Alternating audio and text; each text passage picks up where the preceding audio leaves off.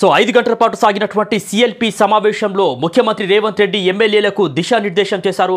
ముఖ్యంగా పార్టీకి సంబంధించినటువంటి అంతర్గత వ్యవహారాలతో పాటు ఏదైతే రాబోయేటటువంటి స్థానిక సంస్థల ఎన్నికలకు సంబంధించి ఈ సిఎల్పి సమావేశంలో చర్చించారు. ముఖ్యంగా ఎమ్మెల్యేలకు పలు సూచనలు అదేవిధంగా వార్నింగ్స్ కూడా ఇచ్చినట్టు తెలుస్తోంది. ముఖ్యంగా ఈ సమావేశానికి టీపీసీసీ అధ్యక్షుడు ఎవరైతే మహేష్ కుమార్తో పాటు ఏఐసీసీ రాష్ట్ర వ్యవహారాల ఇన్ఛార్జ్ దీపాదాస్ మున్షి ఇక ముఖ్యమంత్రి రేవంత్ రెడ్డి హాజరయ్యారు. ఇక ఎమ్మెల్యేలకు సంబంధించి ఏదైతే మంత్రులకు ఎమ్మెల్యేలకు కొంత గ్యాప్ ఉన్నటువంటి మాట వాస్తవం కాబట్టి ఆ గ్యాప్ని ఫుల్ఫిల్ చేయాలి. ముఖ్యంగా ఏమైనా అభివృద్ధి కార్యక్రమాలపైన కావచ్చు, ఏదైనా అభివృద్ధి కొరకు కావచ్చు, నిధుల కోసం మరి మంత్రులను సంప్రదించాలి.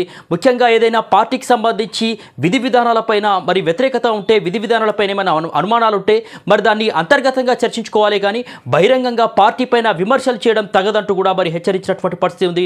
సో ముఖ్యంగా ఎవరైతే వీటిని ఉపేక్షించి పార్టీ డెడ్ లైన్ అయితే పార్టీ లైన్ను దాటుతారో మరి ఎవరినైనా కూడా ఉపేక్షించేది లేదు, వారిపైన కఠిన చర్యలు తీసుకుంటామని చెప్పేసి ముఖ్యమంత్రి రేవంత్ రెడ్డితో పాటు ఏఐసీసీ రాష్ట్ర వ్యవహారాల ఇన్ఛార్జి దీపాదాస్ మున్షి హెచ్చరించారు. ఇక ఇటీవల మనం చూసాము బీసీకి సంబంధించినటువంటి కులగణన నేపథ్యంలో మరి ఆ పార్టీ పైన, సొంత పార్టీ పైన ఎమ్మెల్సీ తీన్మార్ మల్లన్న తీవ్ర స్థాయిలో విరుచుకుపడుతున్నారు. ముఖ్యంగా ఏదైతే బీసీ కులగణనకు సంబంధించినటువంటి నివేదికను, ఆ రిపోర్ట్ను మరి తగలబెట్టినటువంటి వార్త కూడా సంచలనంగా మారింది. ఈ నేపథ్యంలో ఆయనకు తీన్మార్ మల్లన్నకు మరి ఏఐసీసీ కూడా మరి షోకాజ్ నోటీసులు కూడా పంపించింది. సో ముఖ్యంగా 12 లోపు మరి ఎందుకు అలా మాట్లాడాల్సి వచ్చిందని చెప్పి దానిపైన వివరణ అడిగింది. సో తీన్మార్ మల్లన్న దీనిపైన వివరణ ఇవ్వాల్సినటువంటి అవసరం ఉందంటూ కూడా చెప్పింది. సో ముఖ్యంగా ఎవరైతే పార్టీ బార్డర్ని దాటి మాట్లాడతారో, పార్టీ పైన విమర్శలు చేస్తారో మరి ఎంతటి వారినైనా మరి వదిలిపెట్టకుండా వాటిపైన కఠినమైనటువంటి చర్యలు తప్పకుండా తీసుకుంటాము, క్రమశిక్షణ చర్యలు ఉంటాయని కూడా హెచ్చరించినటువంటి పరిస్థితి.